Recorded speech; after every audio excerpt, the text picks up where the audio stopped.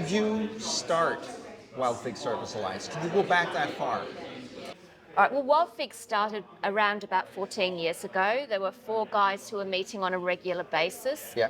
They didn't like the traditional groups where they were so referral based. Right. So they wanted to start up their own group. Right.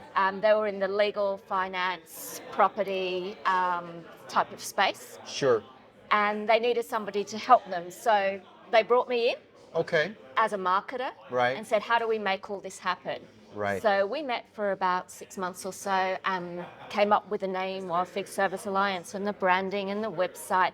And then we did a big launch, trying to get businesses together that were of a certain caliber, Right. that weren't startups, weren't desperate for referrals, but wanted to meet with like-minded people, share skill sets, and to assist each other to grow their businesses. So that became Wild Fig. That's interesting because and that actually is really very much the difference between Wild Fig Service Alliance and many other networking groups.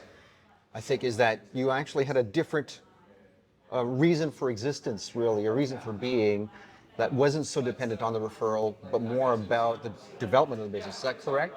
Yep, it was about businesses that wanted to grow and wanted to be leaders. So the reason why it's Wild Fig Service Alliance is because we only wanted businesses that were focused on excellent customer service. Right. Because we didn't want to be referring business to anybody that would then let down our clients. Yeah. So we're very, very selective and, as you would know now, there is a criteria for membership and that's never been breached. Yeah, absolutely. It's great to hear. If you were going to be recommending to someone who is considering joining Wild Fig, what would be some of the key things that you would want them to know about? First of all, there is confidentiality. So business owners within this group can actually share their core problems, and they can benefit from the skill sets and the experience of other businesses within the group. Okay.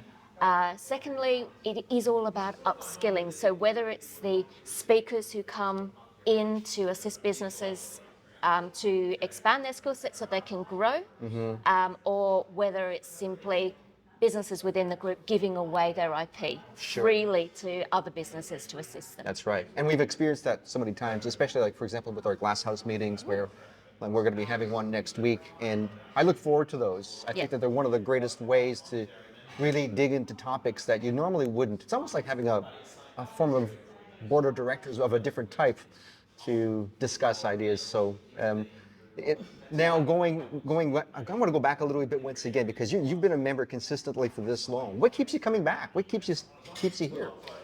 It's actually a really tight network of people, and I think it's a trust within the group that you can't get in other groups. And a lot of people have presented here over the years on multiple occasions, and every time they've come, they've spoken about the atmosphere in the group and the friendships in the group as well, because each member generally cares about the prosperity and the growth and even the mental well-being of other members. Yeah.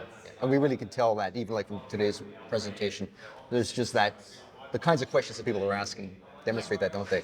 So if you have any questions about Wild Fig Service Alliance and you'd like to join and you'd like to learn more, feel free to come as a guest.